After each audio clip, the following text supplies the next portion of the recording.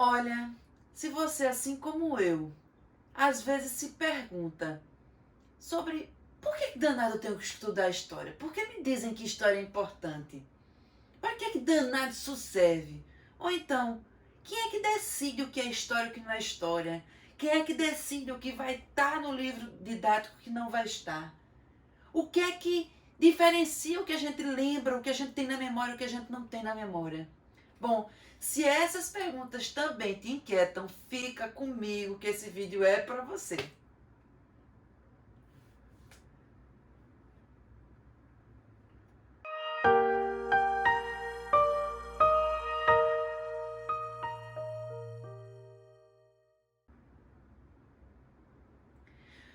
Olá pessoal, tudo bem? Eu espero que estejam muito bem e muitíssimo preparados para iniciar essa jornada no estudo da história. E antes de tudo, a gente precisa entender o que é história, o que é pensar historicamente, o que é que a história, para que a história serve, o que é que a história faz no mundo, não é? E antes de tudo, eu queria começar com essa questão. Imagina que você tem uma lente assim, super potente, que te dá o poder de ver além da superfície das coisas. Por exemplo, você vai olhar um prédio, você não vai ver a argamassa, a tintura, a cerâmica. Você vai ver a estrutura de ferro, de aço, de concreto, todas as instalações elétricas, hidráulicas do prédio. E eu acho que isso é um sonho dos engenheiros, né?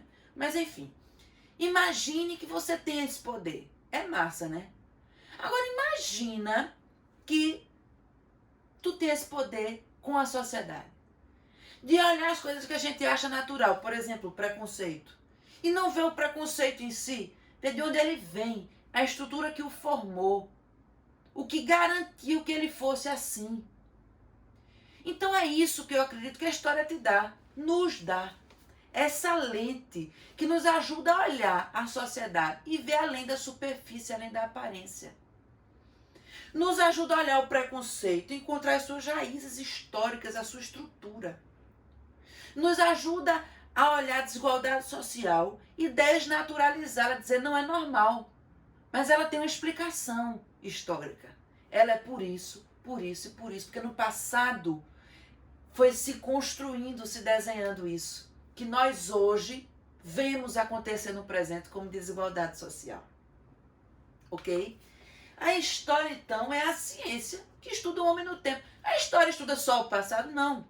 A história estuda o homem no tempo. A história surge no momento em que surge o homem. O surgimento dos primeiros hominídeos marca o surgimento da história. Então, a história está preocupada em estudar o homem no tempo. O homem em diversas sociedades em tempos diferentes. Ok? E aí, veja só. A história como uma narrativa do passado sempre existiu. A gente sempre contou a história dos nossos avós, dos nossos bisavós, do nosso rei, da nossa sociedade, de 100 anos atrás. A gente sempre narrou o nosso passado. E esse lugar sempre foi um lugar de disputa política, de poder, de construção de memória. Porque, a depender da forma como escrevem sobre mim hoje, no futuro vão se lembrar de mim como um herói ou como um vilão.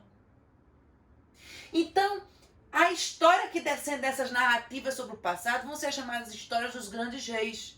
Por quê? É aquela história em que o agente histórico, o rei, está bem pertinho ali do historiador, de quem está escrevendo sobre ele e tentando controlar o que ele vai escrever, porque ele sabe que aquilo ali vai ser a memória, vai ser o que as pessoas no futuro vão ter sobre ele, vão saber sobre ele. Entende? E aí, o primeiro a pensar na história diferente da história mito, da crença, da lenda, Heródoto, lá na Grécia Antiga. Heródoto, ele é o primeiro a separar. Isso é história, isso é mito. Porque quando eu não consigo explicar algo racionalmente ou com provas materiais, eu tendo a recorrer a mitos. Porque o homem tem a necessidade de explicar as coisas, mesmo que seja através de mito. E Heródoto vai dizer, não. Para a gente falar que algo é história, a gente precisa de uma prova material sobre isso. alguém que nos garanta que isso aconteceu, ou algo materialmente nos garanta que isso aconteceu. Por isso que ele é considerado o pai da história, ok? Mas história sim, Marina, história. Uma área do conhecimento, uma disciplina, uma matéria. Ela surge quando? No século XIX. Quando todo mundo no Ocidente está preocupado em tornar científico tudo. A gente está super preocupado em tornar científico as coisas. Nós queremos racionalizar tudo. Nós acreditamos que através da ciência nós podemos racionalizar tudo. Podemos entender e explicar tudo. E só através da ciência a gente alcançaria a verdade. E aí a história surge no meio dessa lógica, através da escola historicista ou positivista. Os historicistas, aí preocupados em tornar a história científica, vão desenvolver um método científico para a história. O que é o método científico? É uma série de etapas que, se eu cumprir, eu sempre vou chegar a um mesmo resultado, a uma mesma verdade histórica. Então, os historicistas acreditam que através do método eu consigo alcançar uma verdade absoluta, histórica e imutável. Por isso, os historicistas também acreditam que o historiador é neutro, é imparcial, independente de quem seja que está fazendo este método, sempre vai chegar à mesma resposta, porque ele não interfere no processo. Então, independente de quem seja, nós alcançaremos a mesma verdade, ok? E como eu estou muito preocupada em tornar esse meu conhecimento válido, confiável, científico, eu só vou considerar uma fonte histórica confiável as escritas e as oficiais, porque eu acho mais difícil fraudar essas fontes históricas, entende? E aí, nós temos a chamada História das Nações, fruto da escola historicista. O que é a Escola das Nações? História das Nações. É essa história dos grandes acontecimentos, dos grandes reis, dos grandes presidentes, das grandes batalhas, dos grandes acordos internacionais, das grandes guerras, dos generais. Porque eu só levo em consideração que as fontes históricas escritas, oficiais, são as fontes do governo que vão me falar sobre o que, gente? Sobre os grandes acontecimentos. E as pequenas coisas, pequenas revoltas, as coisas que acontecem no dia a dia são desprezadas.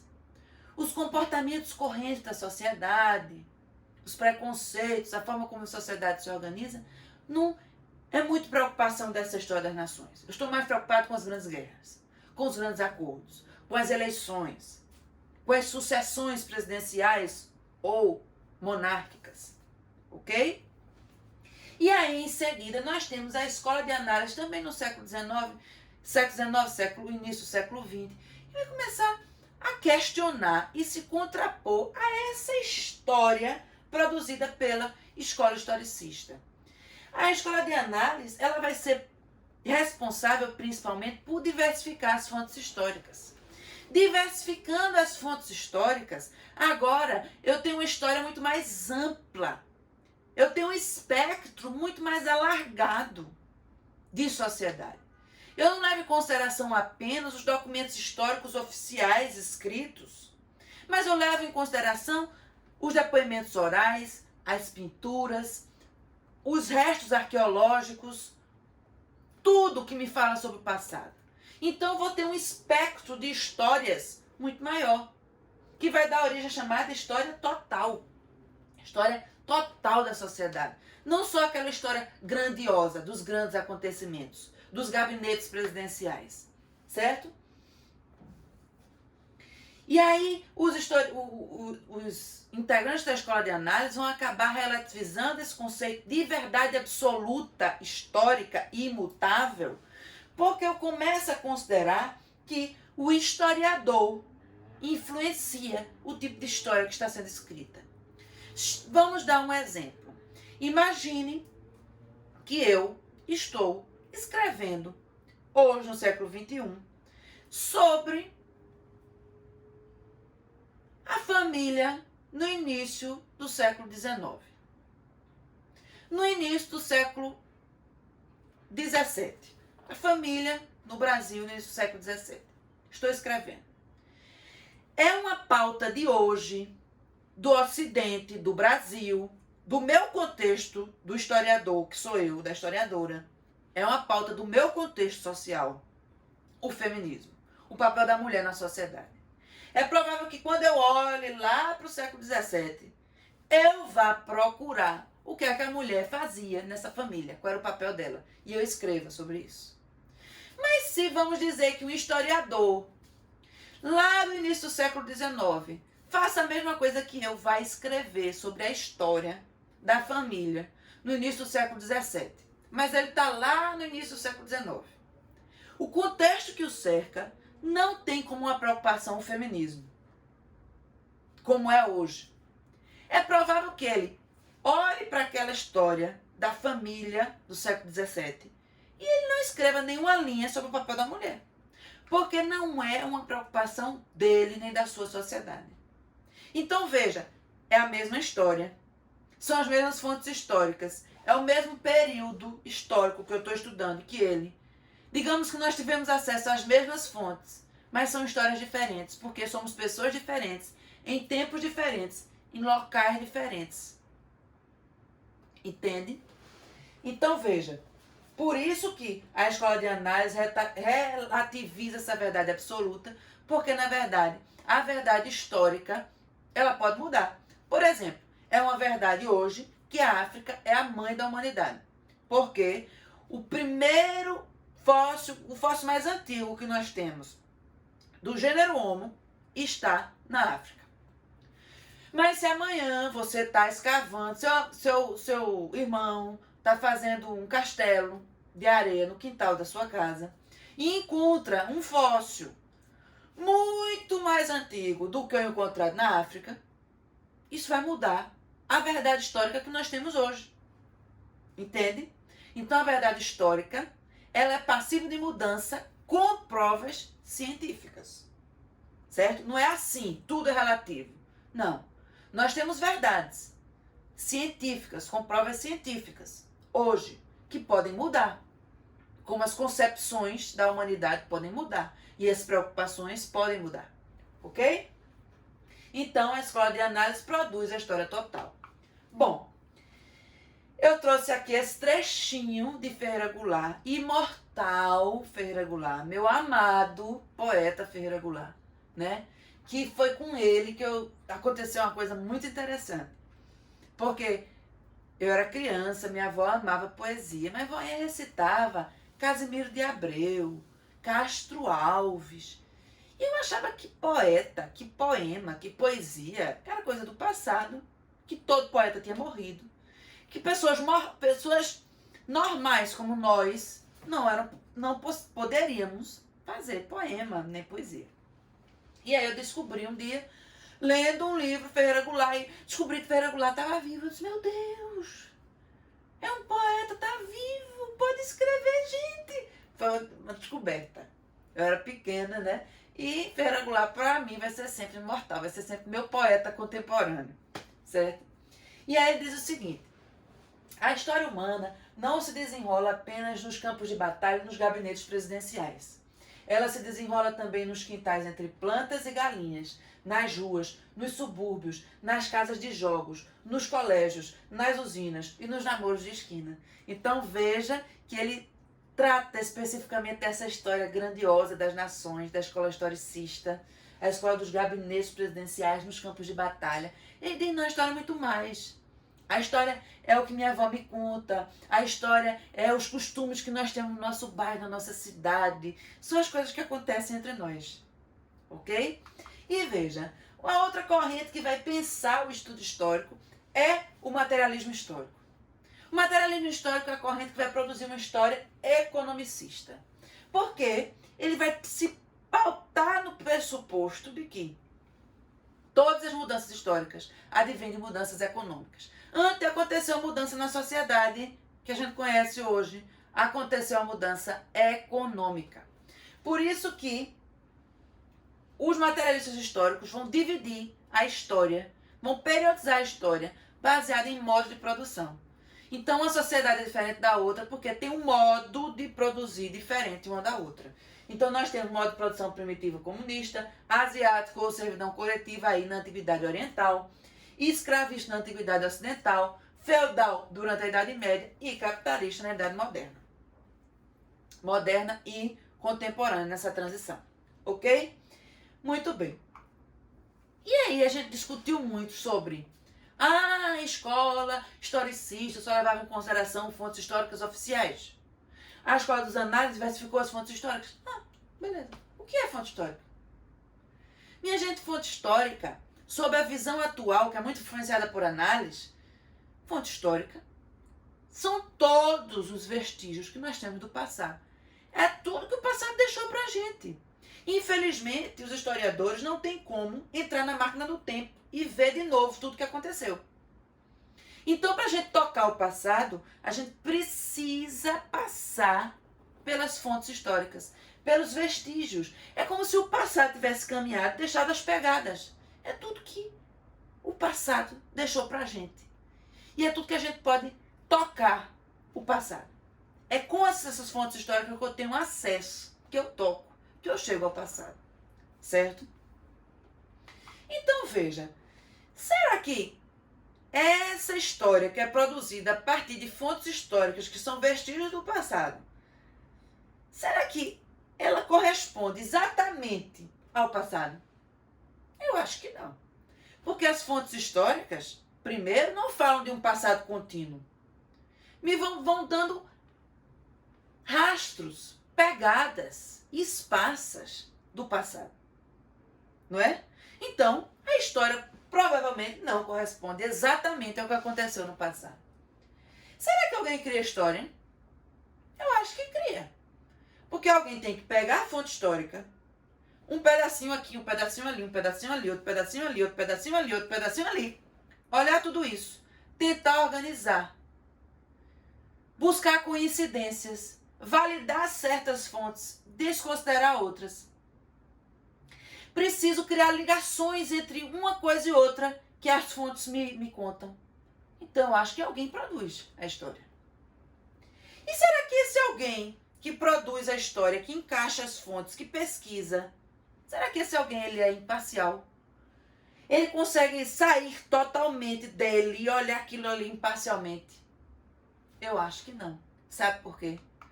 Porque, em última instância, o historiador é um homem do seu tempo. E naquele exemplo que eu dei sobre eu, historiadora hoje, falando sobre a família do século XVII, o que é que mudou? O tempo. O que é que mudou? As preocupações do meu tempo são diferentes das preocupações do século XIX. E eu vou olhar para o passado, sempre buscando respostas para inquietações do presente. Eu não olho para o passado assim, estou olhando para o passado. Eu olho para o passado influenciado por questões do presente. Eu olho para o passado tentando responder perguntas do presente. Não é verdade?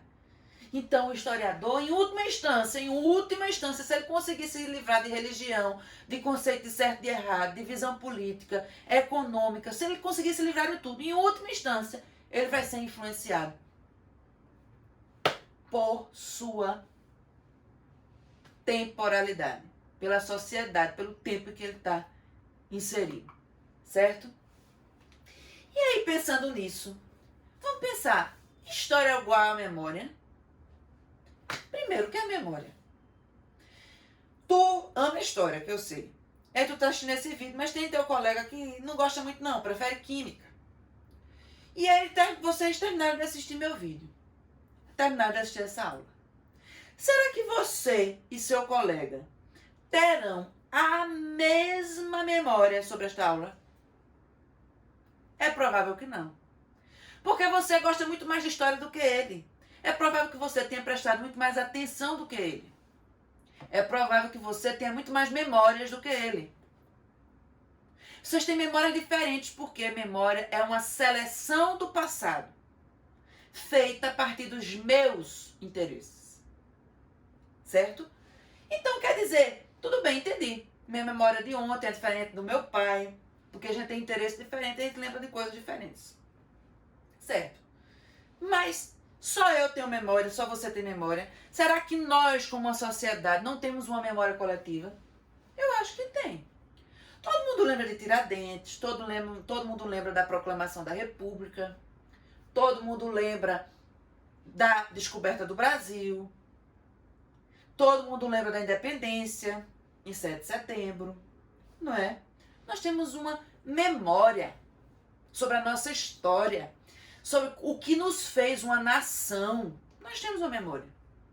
Mas essa memória é exatamente o passado. Descoberta, colônia, independência, proclamação da República. Será que isso corresponde ao passado? Não. Essa também é uma seleção baseada em interesses. Interesses de quem? Dos grupos dominantes da nossa sociedade. Então veja, aí, depois que a gente tem proclamado a República, finalzinho do 19, início do século 20, nós temos uma grande preocupação em agora construir uma memória nacional. A gente precisa fazer com que as pessoas se lembrem que são brasileiras, que têm coisas em comum. Então eu vou levar muito em consideração e enfatizar os fatos históricos. Eu vou enfatizar as pessoas que lutaram pela nação brasileira. Então por isso que Tiradentes, por isso que Inconfidência Mineira se torna algo importante para a memória. Porque qual é o meu interesse? Reforçar o ideal de uma sociedade.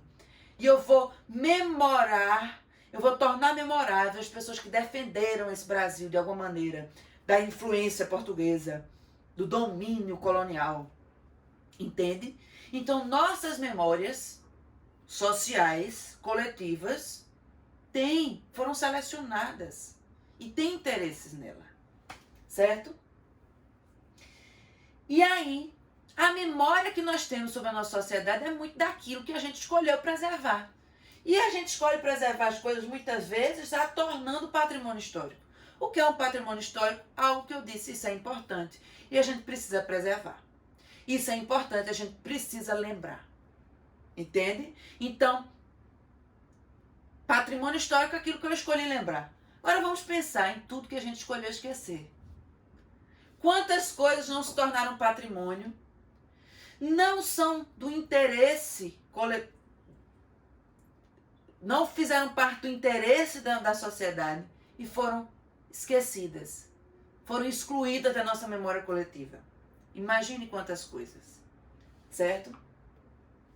E aí, pensando nisso, pensando nessa produção histórica muito influenciada pelo tempo, pelo lugar em que é produzida, pensando que ela passa pelos interesses das sociedades, vamos pensar na nossa periodização tradicional.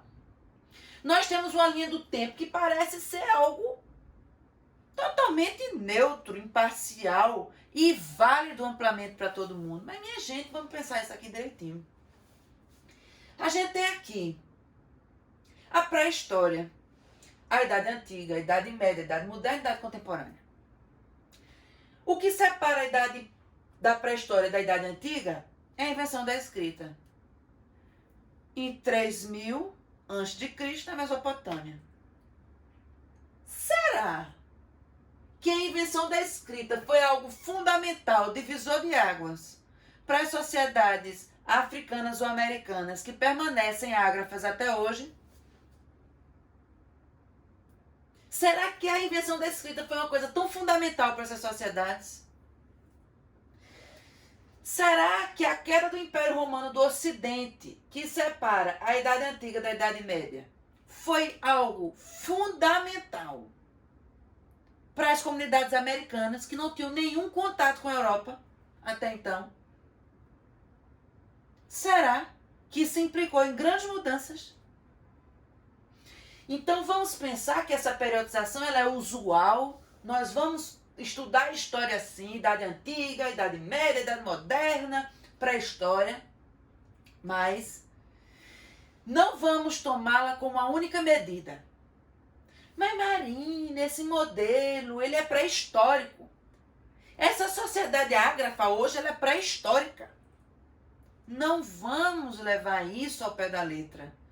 Essa periodização não vale para todas as sociedades, em todos os lugares, em todos os continentes, em todos os tempos. A invenção da escrita separou a pré-história da história antiga. Mas as sociedades ágrafas, hoje, na contemporaneidade, e elas não fazem parte da pré-história. Certo? Bom, eu espero de verdade que essa aula tenha sido super produtiva para vocês, certo? Se gostaram, compartilhem o vídeo, curtam, se inscrevam no canal que é muito importante, para que vocês consigam receber os próximos vídeos. Se lembrem que nós temos um mapa mental na descrição do vídeo, nós temos exercícios sobre esse assunto na descrição do vídeo. Ok, gente? Até a próxima aula. Fiquem bem. Tchau.